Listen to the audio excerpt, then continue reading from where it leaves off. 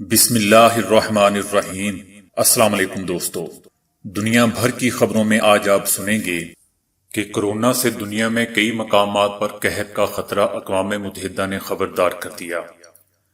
بھارت میں زہریلی گیس پھیلنے سے متعدد افراد ہلاک۔ ملیریا کا پھیلاؤ روکنے والے جرثومے دریافت کر لیے گئے۔ ماہرین نے کہا ہے کہ دنیا کورونا کی دوسری اور تیسری لہر کے لیے تیار رہے۔ یو اے ای کی معیشت خطرے سے دو چار ریسٹورنٹ کو فروخت کرنے کے سائن بورڈ لگ گئے۔ کورونا کی وجہ سے بھارت میں بے روزگاری کی شرح ریکارڈ 27% تک بڑھ گئی۔ آپ پاکستان ہجرت کر جائیں، کانگریسی رہنما پر لوگوں کی تنقید۔ ایسی فورن انویسٹمنٹ کا کیا فائدہ جہاں فورن انویسٹر $1 لگا کر $10 یہاں سے لے جائے۔ تو آئیے چلتے ہیں اب خبروں کی ڈیٹیل کی طرف۔ عالمی ادارے نے تمام ممالک کے حکمرانوں کو خبردار کیا ہے کہ کورونا سے مستقبل میں مزید سنگین نتائج کے امکانات ہیں۔ کئی مقامات پر قحط پڑ سکتا ہے۔ اقوام متحدہ کا کہنا ہے کہ مؤثر اقدامات نہ ہوئے تو مختلف علاقوں میں بھوک اور افلاس پھیل سکتی ہے۔ جانیں بچانے کے لیے UN رکن ممالک مزید $470 کروڑ کی امداد دیں۔ بہت سے ممالک میں لاک ڈاؤن کے باعث اشیاء کی ترسیل رک چکی ہے۔ عالمی وبا کو روکنے کے لیے امداد کی ضرورت ہے۔ اقدامات نہ کیے تو کورونا کئی ممالک کی معیشت کو لے ڈوبے گا۔ تیز حکمت عملی نہ اپنائی گئی تو غریب ممالک عدم استحکام کا شکار ہوں گے اور اکثر ممالک قرضوں کے بحران میں پھنس جائیں گے۔ بھارت کی ریاست آندھرا پردیش کے شہر وشاکھاپٹنم میں ایک ملٹی نیشنل کیمیکل پلانٹ سے گیس لیک ہونے سے متعدد افراد ہلاک اور سینکڑوں متاثر ہو چکے ہیں، جنہیں شہر کے مختلف ہسپتالوں میں طبی امداد پہنچائی جا رہی ہے۔ ایک اندازے کے مطابق کم سے کم 11 افراد ہلاک ہوئے ہیں، لیکن حکومت کی جانب سے مصدقہ اعداد و شمار جاری نہیں کیے گئے۔ گیس لیک 5000 ٹن کے 2 ٹینکوں سے ہوئی ہے، جو ایک کیمیکل پلانٹ میں بنائے گئے تھے اور لاک ڈاؤن کے باعث پلانٹ مارچ سے بند تھا۔ جبکہ بھارتی خبر رساں ادارے ANI کے مطابق گیس لیکیج کے واقعے میں اب تک 10 افراد ہلاک ہو چکے ہیں اور ہلاکتوں میں مزید اضافے کا خدشہ بھی ظاہر کیا جا رہا ہے۔ وشاکھاپٹنم کے ضلعی ہسپتالوں کے کوآرڈینیٹر B نائک کے مطابق کم سے کم 1000 افراد کو مختلف ہسپتالوں میں منتقل کیا گیا ہے۔ انہوں نے بتایا کہ ہسپتالوں میں مریضوں کا رش بڑھنے کی وجہ سے ایک بیڈ پر 2 مریضوں کو لٹایا جا رہا ہے۔ زیادہ تر لوگوں کو بے ہوشی کی حالت میں ہاسپٹل لایا جا رہا ہے۔ بھارتی نشریاتی ادارے ٹائمز آف انڈیا کی رپورٹ کے مطابق گیس لیکیج سے لگ بھگ 5000 لوگ متاثر ہوئے ہیں۔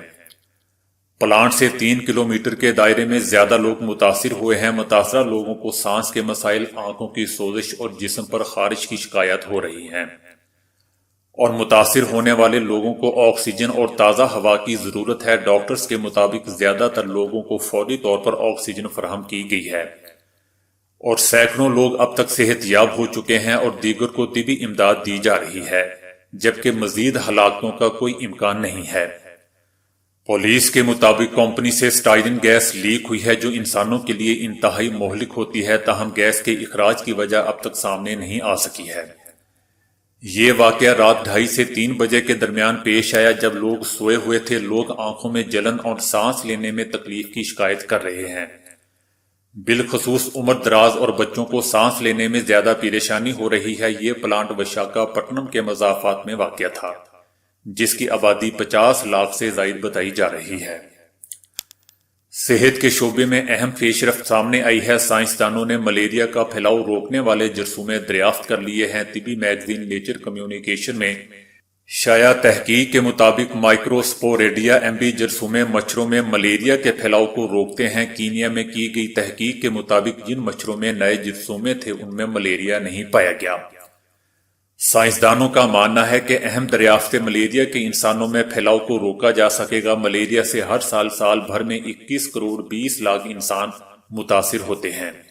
جرمن ماہرین نے خبردار کیا ہے کہ دنیا کورونا کی دوسری اور تیسری لہر کے لیے تیار رہے۔ دنیا بھر میں لاک ڈاؤن میں نرمی کی جا رہی ہے اور بیشتر ممالک اس حوالے سے منصوبہ بندی کر رہے ہیں، جس کی وجہ سے یہ خدشہ بھی موجود ہے کہ اس کی نئی لہر بھی آ سکتی ہے۔ دنیا میں اس کی دوسری اور تیسری لہر کا اس وقت تک خطرہ موجود رہے گا جب تک دنیا کی آبادی اس کے خلاف قوت مدافعت پیدا نہیں کر لیتی۔ بیشتر ماہرین اس بات سے اتفاق کرتے ہیں، ان کا کہنا ہے کہ یہ ایک وبا ہے اور وبا میں یہ ہماری طبی خطرات کی فہرست میں اس وقت تک موجود رہے گا جب تک دنیا کی 60 سے 70% آبادی اس سے متاثر نہ ہو جائے۔ اس لیے سائنسدانوں کی اکثریت یہ سمجھتی ہے کہ اس کی دوسری لہر بھی آئے گی اور ہو سکتا ہے کہ دنیا کو تیسری لہر کا بھی سامنا کرنا پڑے۔ غیر ملکی خبر رساں ادارے کی رپورٹ میں انکشاف کیا گیا ہے کہ دبئی میں سینکڑوں ریسٹورنٹس مالکان نے صورتحال سے مایوس ہو کر اپنے ریسٹورانٹ کو فروخت کرنے کے سائن بورڈ لگا دیے ہیں، کیونکہ ان کا اندازہ ہے کہ کورونا کے باعث اگلے چند مہینوں میں بھی ریسٹورانٹ کا کاروبار بری طرح متاثر ہوگا۔ مالکان کی جانب سے ریسٹورنٹ کا لائسنس بھی فروخت کیا جا رہا ہے، یہاں تک کہ ساز و سامان اور فرنیچر بھی انتہائی کم داموں پر فروخت کرنے کی پیشکش کی جا رہی ہے تاکہ پریشان حال مالکان کو تھوڑی بہت رقم ہی حاصل ہو جائے۔ ریسٹورنٹ کے کاروبار سے جڑے ایک شخص نے بتایا کہ زیادہ تر ریسٹورنٹ کرائے کی جگہ پر بنائے گئے ہیں جن کے مالکان ریسٹورنٹس والوں کو بدترین معاشی صورتحال میں بھی کرایہ معاف کرنے کو تیار نہیں ہے، حتیٰ کہ وہ پورا کرایہ لینے پر تلے ہوئے ہیں، جبکہ ریسٹورنٹ کئی ہفتوں سے بند ہونے کے باعث مالی خسارے کا شکار ہیں۔ صرف وہ ریسٹورنٹس جو حکومت کی پراپرٹی پر قائم ہیں انہیں 3 ماہ کے لیے کرایہ معاف کیا گیا ہے۔ دبئی میں فوڈ اور بیوریج کے 11,000 رجسٹرڈ آؤٹ لیٹس ہیں۔ موجودہ حال میں یہی لگتا ہے کہ اگلے چند ماہ میں 40 سے 50% آؤٹ لیٹس ختم ہو جائیں گے۔ لاک ڈاؤن میں نرمی کے بعد متحدہ عرب امارات میں صرف 30% ریسٹورنٹس دوبارہ کھلے ہیں، ان میں سے بھی زیادہ تر مالز میں واقع ہیں۔ کورونا سے پیدا ہونے والی صورتحال میں بھارت کے اندر بے روزگاری کی شرح ریکارڈ 27% تک بڑھ گئی ہے۔ بھارت میں جاری لاک ڈاؤن سے صرف اپریل کے مہینے میں 12 کروڑ 20 لاکھ شہریوں کی نوکریاں ختم ہوئی ہیں۔ یہ اعداد و شمار ایک نجی تحقیقاتی agency centre for monitoring the Indian economy کی طرف سے جاری کیے گئے ہیں۔ نئے اعداد و شمار سے معلوم ہوتا ہے کہ بھارت میں امریکہ کے مقابلے میں 4 گنا زیادہ افراد بے روزگار ہوئے ہیں۔ انڈیا میں سرکاری طور پر نوکریوں کے متعلق اعداد و شمار جاری نہیں کیے جاتے، لیکن اس ادارے کے ڈیٹا کو بڑے پیمانے پر تسلیم کیا جاتا ہے۔ ملک میں 25 مارچ سے لاک ڈاؤن ہے۔ ادھر یورپین کمیشن نے خبردار کیا ہے کہ یورپی یونین کو تاریخ ساتھ کساد بازاری یا ریسیشن کی صورتحال کا سامنا ہے، جو ایک غیر یقینی صورتحال کو جنم دے رہی ہے۔ انڈیا کے نجی ٹیلی ویژن چینل کے ایک ٹاک شو میں بھارتیہ جنتا پارٹی کے ترجمان سمبت پاترا اور پاکستان کے دفاعی تجزیہ کار طارق پیرزادہ کے درمیان تلخ کلامی ہو گئی۔ بی جے پی کے سینئر ترجمان سمیت پاترا نے کہا کہ طارق پیرزادہ پیر کم اور مجاہد زیادہ ہیں، ان کے پاس صرف ایک ہی سوٹ ہے، جیسے ہی انہیں ٹی وی پر بلایا جاتا ہے یہ وہی سوٹ پہن کر بیٹھ جاتے ہیں۔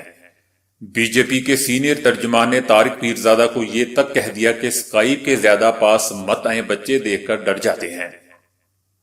انہوں نے شو میں شریک پاکستانی صحافی مونا عالم پر بھی بات کستے ہوئے کہا کہ مونا جی ہیں تو صحافی، لیکن ان کا قلم کسی اور کے حق میں بولتا ہے۔ اس کو دیکھتے ہوئے نغمہ مراد جی جو کانگریس کی رہنما ہیں، انہوں نے بی جے پی رہنما کے اس طرز گفتگو پر انہیں تنقید کا نشانہ بنایا۔ انہوں نے کہا کہ مجھے یقین نہیں آ رہا کہ بی جے پی کے ترجمان پاکستانی طارق پیرزادہ کے لیے کیسی زبان استعمال کر رہے ہیں۔ کانگریسی رہنما نغمہ نے پروگرام کی میزبان کو بھی ساتھ مینشن کرتے ہوئے لکھا کہ وہ انہیں ایسا کرنے کی اجازت بھی دے رہی ہے اور مسلسل پاکستانی خاتون صحافی مونا عالم کی بات کاٹ کے درمیان میں فضول بولے بھی جا رہی ہے۔ انہوں نے مزید کہا کہ اگر آپ نے مہمان کی تذلیل ہی کرنا ہوتی ہے تو انہیں مدعو ہی کیوں کرتے ہیں۔ نغمہ کی اس ٹویٹ پر انڈیا کی سوشل میڈیا صارفین حسب معمول غصے میں آ گئے اور ان کو پاکستان کی حمایتی قرار دے دیا۔ سشما سنگھ نامی صارف نے لکھا کہ وہ ہمارے فوجیوں کو مار رہے ہیں اور آپ چاہتی ہیں کہ ہم ان سے نرم لہجے میں بات کریں۔ بھارت میں لگے لاک ڈاؤن کے تیسرے مرحلہ کے درمیان کانگریس کی صدر سونیا گاندھی نے کانگریس حکمران ریاستوں کے وزرائے اعلیٰ کے ساتھ آج میٹنگ کی۔ اس میٹنگ میں سابق وزیر اعظم ڈاکٹر منموہن سنگھ اور راہل گاندھی سمیت کئی لیڈر موجود تھے۔ میٹنگ کے دوران کانگریس کے سینئر لیڈروں نے مودی حکومت کی پرزور تنقید کی اور لاک ڈاؤن کے بعد کے حالات پر مودی حکومت کی کوئی پالیسی نہ بنائے جانے پر سوال اٹھائے۔ سونیا گاندھی نے وزیر اعظم نریندر مودی کے سامنے سب سے بڑا سوال یہ رکھا کہ آخر 17 مئی کے بعد کیا؟ سونیا گاندھی کا کہنا ہے کہ نہ ہی کوئی پیکج کا اعلان ہوا، نہ ہی لاک ڈاؤن کو لے کر کوئی منصوبہ بنایا گیا، تو پھر 17 مئی کے بعد لاک ڈاؤن کو لے کر حکومت کیا پالیسی اختیار کرے گی؟ انہوں نے مودی حکومت سے پوچھا کہ 17 مئی کے بعد کیا اور کیسے؟ لاک ڈاؤن کتنا طویل چلنے والا ہے، اس کا فیصلہ کرنے کے لیے حکومت ہند کیا پیمانہ استعمال کر رہی ہے؟ ڈاکٹر منموہن سنگھ نے سونیا گاندھی کی بات کو درست ٹھہراتے ہوئے کہا کہ جیسا کہ سونیا جی کہہ رہی ہیں کہ لاک ڈاؤن ورژن 3 کے بعد کیا ہوگا، ہم بھی جاننا چاہتے ہیں کہ حکومت کے پاس آگے کیا منصوبہ ہے۔ راجستھان کے وزیر اعلیٰ اشوک نے کہا کہ جب تک وسیع راحتی پیکج نہیں دیا جاتا اس وقت تک ریاست اور ملک کی سرگرمیاں کیسے چلیں گی؟ ہم نے 10,000 کروڑ روپے کا خزانہ گوا دیا ہے۔ چین کے سرمایہ کاروں نے پاکستان میں سرمایہ کاری پر منافع کی مد میں جاری مالی سال کے دوران مجموعی طور پر 94.8 ملین ڈالر چین منتقل کر لیے ہیں۔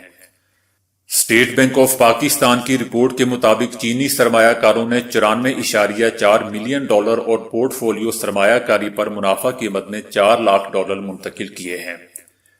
گزشتہ مالی سال کی ابتدائی 3 سماہیوں میں چینی سرمایہ کاروں نے براہ راست سرمایہ کاری پر منافع کی مد میں 58.6 ملین ڈالر اور پورٹ فولیو سرمایہ کاری پر منافع کی مد میں 5 لاکھ ڈالر چین منتقل کیے تھے۔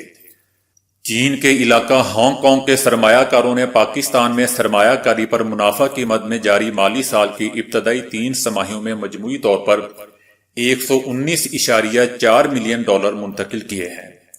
اس میں براہ راست سرمایہ کاری پر منافع کی مد میں 118.1 ملین ڈالر اور پورٹ فولیو سرمایہ کاری کی مد میں 13 لاکھ ڈالر کی منتقلی شامل ہے۔ دوستو، ایسی فورن انویسٹمنٹ کا کیا فائدہ جہاں فورن انویسٹر $1 لگا کر $10 یہاں سے لے جائے، بدلے میں ہمیں مزدوریاں دے کر کہے کہ آپ کی ان امپلائمنٹ یا بے روزگاری ریشو کم کر دی ہے اور بونس میں ہمیں ساتھ دھواں یعنی پولوشن بھی دے جائے۔ اور سر پیٹنے کی بات تو یہ ہے کہ بعد میں کہے کہ ہم نے آپ پر احسان کیا ہے۔ میں چائنا کی بات نہیں کر رہا، چائنا اگر کچھ لیتا ہے تو بدلے میں دیتا بھی کافی کچھ ہے۔ میں فورن انویسٹمنٹ کی بات کر رہا ہوں۔ فورن کی بجائے لوکل انویسٹر یعنی اپنے انویسٹر کو موقع دینا چاہیے، لیکن کیا کریں؟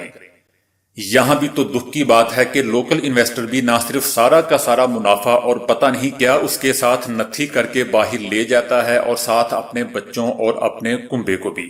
میرا خیال فورن انویسٹمنٹ ہی صحیح ہے۔ تو دوستو، آج کے لیے اتنا ہی۔ ویڈیو کو لائک اور شیئر کرنے کا بہت بہت شکریہ۔